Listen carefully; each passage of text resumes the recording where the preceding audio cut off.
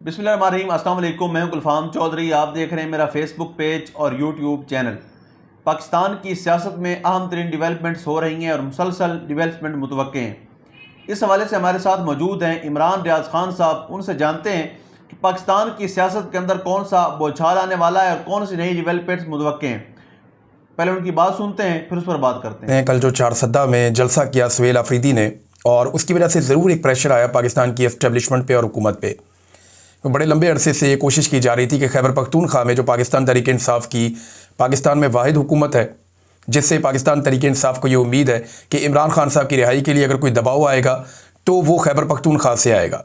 फिर पंजाब में जिस किस्म की हुकूमत बनाई गई, एक तो वो जाली फार्म 47 के ऊपर है, दूसरा पंजाब के अंदर जिस किस्म की फस्तायत है जो अभी कुछ अर्सा पहले आपने देखा मुरीद के में हुआ, इससे पहले जो कुछ पाकिस्तान में पंजाब में ख़ास तौर पे लगातार होता रहा, चादर और चार दीवारी का तकद्दुस पामाल किया गया, हज़ारों गिरफ्तारियां होती रहती हैं, हर एहतजाज के इवेंट के ऊपर दहशतगर्दी के मुकदमात दर्ज होते हैं। ख़ास तौर पे जो गरीब लोग हैं, कमज़ोर लोग हैं, मिडिल क्लास के, उनके घरों का सामान तोड़ा जाता है ताकि वो सियासत से बाज रहें। जब भी रेड करते हैं तो बंदा पकड़ने से ज़्यादा तवज्जो इस बात पे होती है कि उनके घर को मुकम्मल तबाह कर दिया जाए ताकि ये लोग सियासत से बाज आ जाएँ। और लोगों का जब माली नुकसान होता है वो बेचारे कई महीने पीछे चले जाते हैं, बाद औक़ात कई साल पीछे चले जाते हैं। बड़ी मुश्किलों से उन्होंने वो सामान बनाया हुआ होता है और ये तोड़ने वाले भी बेचारे मिडिल क्लास के मुलाजमीन होते हैं। इन्हीं को इस्तेमाल किया जाता है। गरीबों को गरीबों से लड़ा के जो ताकतवर लोग हैं वो अपना इक़्तिदार बरकरार रखते हैं। तो खैबर पख्तूनख्वा से एक उम्मीद पाकिस्तान तहरीक इंसाफ को या इमरान खान साहब को है कि वहाँ से एक ज़ोरदार तरीके का ऐसा एहतजाज होगा या इस किस्म की सिचुएशन बनेगी कि फिर उसके बाद इंसाफ के रास्ते खुलेंगे। अब चारसद्दा में सुहेल अफरीदी साहब ने जो पहली एंट्री दी है, ये जलसे के मैंने तमाम मनाज़र निकाल कर देखे तो मुझे आइडिया हुआ कि ये वाकई एक बहुत बड़ा जलसा था। इसकी उम्मीद नहीं की जा रही थी कि लोग इतना ज़्यादा रिस्पॉन्ड करेंगे। मैं ये सोच रहा था, जब इनिशियली मैंने इसके विजुअल देखे, कुछ डिजिटल प्लेटफॉर्म्स जो एस्टेब्लिशमेंट ने लॉन्च किए, उन्होंने इसके ऊपर काफ़ी प्रोपेगेंडा भी किया कि जनाब कुछ भी नहीं है वहाँ पे, आवाम नहीं आई। और शुरू में ऐसा दिखाई दे रहा था, लेकिन उसके बाद जब लोग निकले और लोग वहाँ पहुँचे तो इसका मतलब यह है कि लोगों की उम्मीद टूटी नहीं है, बल्कि उन्हें एक नई उम्मीद लगी है।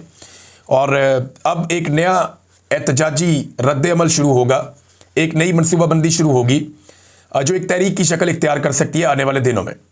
तहरीक इंसाफ का इस मरतबा जो एक हिकमत अमली होगी एहतजाज करने के लिए, या अगर इस्लामाबाद उनको जाना भी है तो वो डिफरेंट होगी और वो आपको आने वाले दिनों में पता चलेगी। वो उसके ऊपर लगातार बातचीत कर रहे हैं, तमाम ऑप्शंस पे गौर कर रहे हैं। तहरीक लब्बैक से एक गलती हुई और यही गलती पाकिस्तान तहरीक इंसाफ से भी कुछ हद तक हुई थी 26 नवंबर को। हालांकि तहरीक इंसाफ के लोगों पे गोलियां चल रही थी, इसके बावजूद उन्होंने वीडियोस बनाई, उन्होंने स्नाइपर्स दिखाए, उन्होंने दिखाया कि किस तरीके से लोगों को गोलियां लग रही हैं। उन्होंने ज़ख्मियों की और जो शहीद होने वाले लोग हैं उनकी भी वीडियोस बनाई। लेकिन जब रात को लाइट चली गई तो उसके बाद फिर वो कुछ बना नहीं पाए, कुछ दिखा नहीं पाए। और तहरीक लब्बैक का कत्लेआम जो है वो क्योंकि दिन की रोशनी में हो रहा था, फजर की नमाज के बाद लोगों ने अज़ानें दी, उसके बाद ये कत्लेआम शुरू हुआ था। अब उसमें कितने लोग मारे गए, इसमें अलग अलग किस्म की सबकी अपनी राय है। कुछ लोग तो तादाद बहुत ज़्यादा बताते हैं, जो कम बताते हैं न्यूट्रल सोर्सेज वो भी इतनी कम नहीं बताते, वो भी दर्जनों की बात करते हैं। जबकि जो हुकूमत है वो चंद लाशों से ज़्यादा कोई मानती नहीं है। हुकूमत का अपना एक मौक़िफ़ होता है, वो हमेशा चीज़ों को डाउन करने की कोशिश करते हैं, चाहे वो किसी की भी हुकूमत हो। लेकिन एक मुरीद के में कुछ तो ऐसा हुआ जिसको छुपाने की लगातार कई दिनों से कोशिश की जा रही है और उनकी क़यादत भी दिखाई नहीं दे रही। अब ये खतरे की घंटी है जो खैबर पख्तूनख्वा में बज गई है। देखें, एक चीज़ मैं पाकिस्तान के हर पॉलिटिकल वर्कर को बताना चाहता हूँ, चाहे उसका ताल्लुक किसी भी सियासी जमात से हो। आज का जो सबसे बड़ा हथियार है वो कैमरा है। अगर आपने कैमरे में किसी फुटेज को महफूज कर लिया है तो वो इतना बड़ा हथियार है कि वो बड़े से बड़े को काबू कर लेता है, और आज नहीं तो कल वो हथियार काम आता है। अब पीटीआई के ज़ख्मी कारकुनान ने भी वीडियोस बना ली थी रात के उस पहर में, दिन के वक्त भी जब गोली चल रही थी तो उन्होंने वीडियोस बनाई थी। ये बात जिसे समझ आ गई वो आधी लड़ाई जीत जाता है।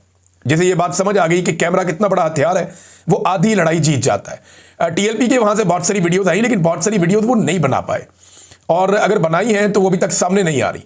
हो सकता है फ्यूचर में हम कुछ और चीज़ें देखें। अब सुहेल अफरीदी ने जो किया वहाँ पे चारसद्दा में, उससे खतरे की घंटी तो बजी और सुहेल अफरीदी को चलने नहीं दिया जाएगा। और मैं आपको एक चीज़ और बताऊँ, आई हेट टू से दिस, यानी मुझे ये कहते हुए बड़ा अफसोस हो रहा है, बड़ी तकलीफ हो रही है, लेकिन नेक्स्ट 2 महीनों में सुहेल अफरीदी साहब को अपनी सिक्योरिटी का बहुत ख्याल रखना चाहिए और रखना पड़ेगा। पाकिस्तान में जो टॉप 5 लोग खतरे में हैं, जिनकी जान खतरे में है, उनमें एक सुहेल अफरीदी भी है।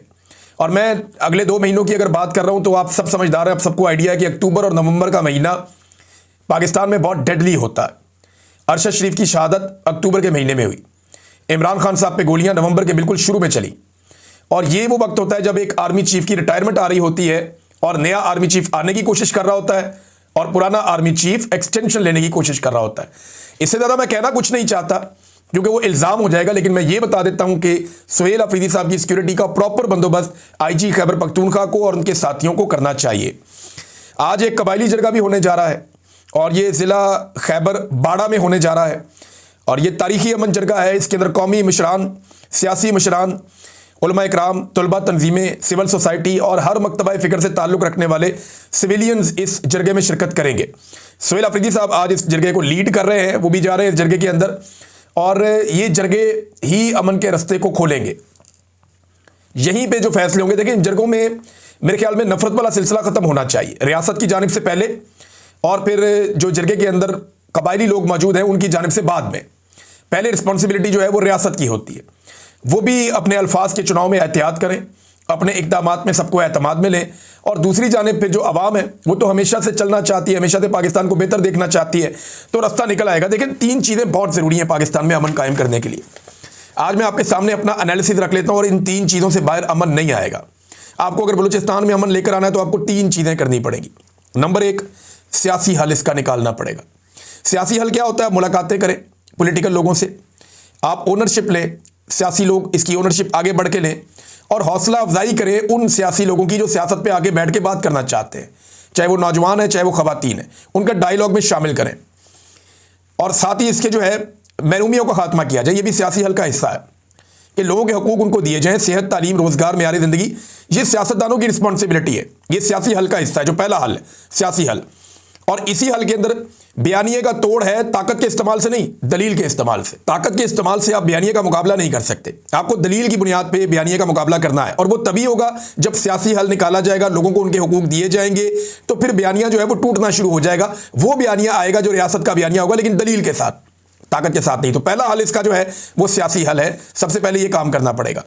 दूसरा मरहला है अमन का मौका दिया जाए, यानी आप डायलॉग का रास्ता खोलें, हथियार फेंकवाएं, जो लोग हथियार फेंकना चाहते हैं उनको हथियार फेंकने का मौका दिया जाए, मुख्तलिफ किस्म के रियासती पैकेजेस अनाउंस किए जाएं, आम माफ़ी का ऐलान भी किया जाए उन लोगों के लिए जिनको आप दे सकते हैं माफ़ी, आप उसमें जो है वो क्लासिफिकेशन कर सकते हैं, और अमन मुआहदे किए जाएं ताकि मैक्सिमम लोगों को कौमी धारे के अंदर लाया जा सके।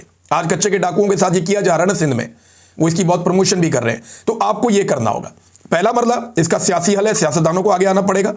दूसरा, अमन का मौका दिया जाए और मुआहदे किए जाएं, माफ़ी का ऐलान भी किया जाए, मुख्तलिफ पैकेजेस दिए जाएं, हथियार फेंकने का मौका दिया जाए लोगों को।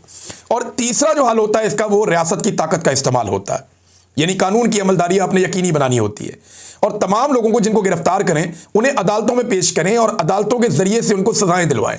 आप यकीन करें बलूचिस्तान में ये फार्मूला आप लेकर चलें, चंद सालों में वहाँ पर अमन आ जाएगा, जो कई दहाइयों में नहीं आ पाया। अगर आप रातों रात करना चाहते हैं तो नहीं होगा। अब पाकिस्तान में हमारी प्रॉब्लम यह है कि क्योंकि फैसले ज़्यादातर एस्टेब्लिशमेंट के वो लोग करते हैं जो मिलिट्री एस्टेब्लिशमेंट का हिस्सा है। जी बिल्कुल, जिस तरह से आपने सुना, इमरान रियाज खान साहब ने पाकिस्तान की सियासत में अहम तरीन डेवलपमेंट्स हमारे सामने रखी, और उन्होंने बताया कि पाकिस्तान की सियासत में कितनी बड़ी तब्दीलियाँ मज़ीद मुतवक्के हैं। यानी इस वक्त पाकिस्तान की सियासत इंतहाई मुतनाज़ बनी हुई है, और सियासत से ज़्यादा मामला अदालतों के अंदर चले गए हैं। लेकिन इस सूरत हाल के अंदर फिर भी अगर ये सियासतदान इकट्ठे होकर बैठें और पाकिस्तान के अंदर जमहूरियत की बहाली के लिए कोशिश करें, तो कोई ना कोई मुतवाज़िन रास्ता निकल सकता है। अल्लाह पाक वतन अजीज़ का हामी और नासिर हो। पाकिस्तान जिंदाबाद।